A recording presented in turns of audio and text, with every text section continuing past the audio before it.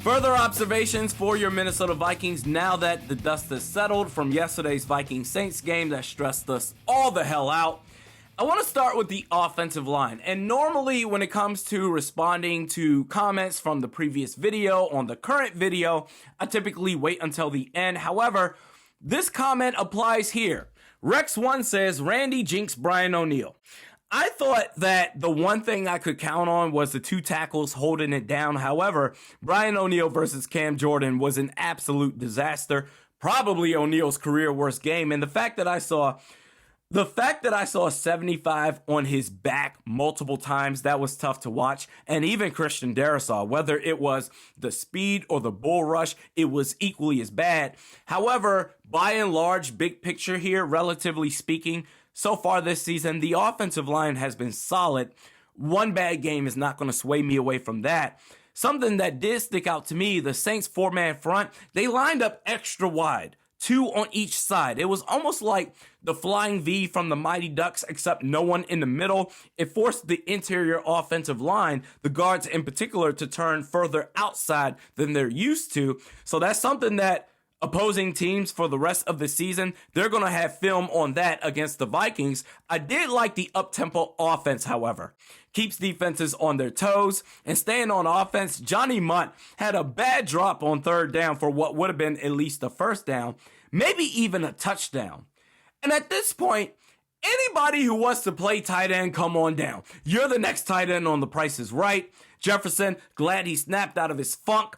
Pure domination yesterday, especially against Marshawn Lattimore. The first 2 games of this season, Adam Thielen, for no reason whatsoever, was an afterthought on this offense. The last 2 games, 14 catches, 133 yards, 1 touchdown. He's an asset. Don't let up on that. And Kirk Cousins, you have to understand that the Vikings defense, until proven otherwise, they're a revolving door. Against lesser teams where their offense is struggling, it's whatever. However, against offenses where they've got it figured out, I'm looking at Miami with or without Tua, Arizona with Kyler Murray, Buffalo with Josh Allen, Green Bay, assuming the receiver chemistry is up to par.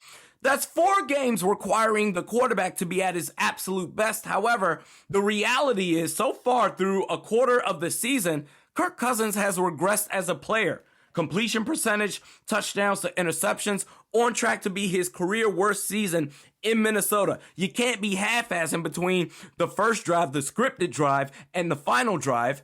And on defense, Danielle Hunter is a shell of himself.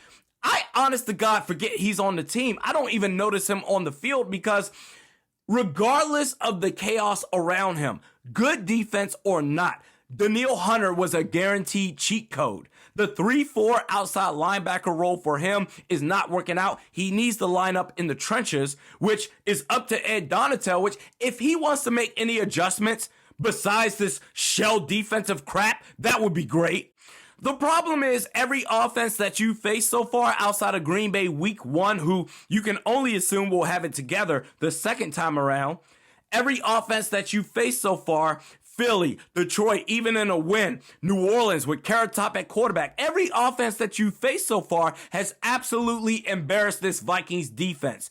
You've got to say to yourself, if you're Ed Donatel, we're 3-1 in spite my defense. And speaking of the defense, Chris Boyd had himself a nice day on special teams. The fumble recovery, took to Twitter to shit on the fans. He said, quote, "We got some ungrateful fans. I don't be on the internet looking for shit, but we won and some were still complaining. We got a big dub. We're 3-1. Shut the fuck up. Please find another team if you're not satisfied or shut the fuck up."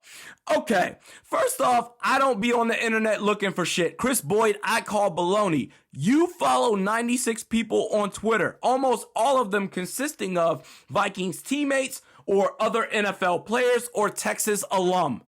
Fans talking sideways, yet you don't go searching for shit on the internet. Chris Boyd, let me ask you something right now. How did you come across these ungrateful fans? Did you go searching your name? Did you go through your mentions? Either way, regardless, when it comes to you directly, people were, I'm guessing, singing your praises based off of the great play that you made yesterday. But this whole idea that we as fans, we should shut the fuck up despite the fucking money that we spend on teams. directly and indirectly. Indirectly in the sense of travel, lodge, directly, jerseys, merchandise. We should shut the fuck up. Who do you think you are, Chris Boyd? A cornerback in title only, emulating Bashaud Breeland, who last year, as bad as Bashaud Breeland was, played in 74% of the defensive snaps so far this year. You've played in 1%. Even with Breeland's departure, you're at the end of the depth chart. Last year, Anthony Barr put your ass on blast, put you in check for your immaturity on the field. And the sixth cornerback is talking about fans. Shut the fuck up. Okay.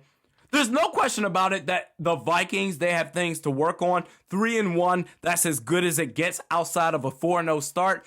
Okay, no question about it. But Chris Boyd, who do you think you are? Next comment comes from Glenn Yoder. He says the difference this year from last year is they are winning ugly rather than losing ugly.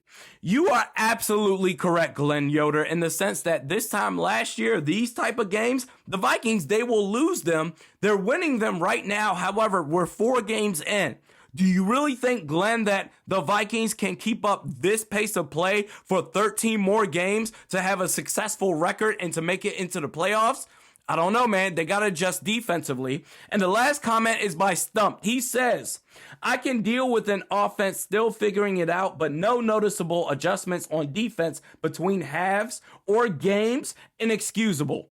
And that plays right into what I talked about earlier. The defense, they need to step up because I don't think giving up 400 yards per game, 13 more games is going to be a recipe for success for the Vikings. Ed Donatel, you got to get your head out of your ass. So far, the only difference between Ed Donatel and Mike Zimmer so far is that the players like him.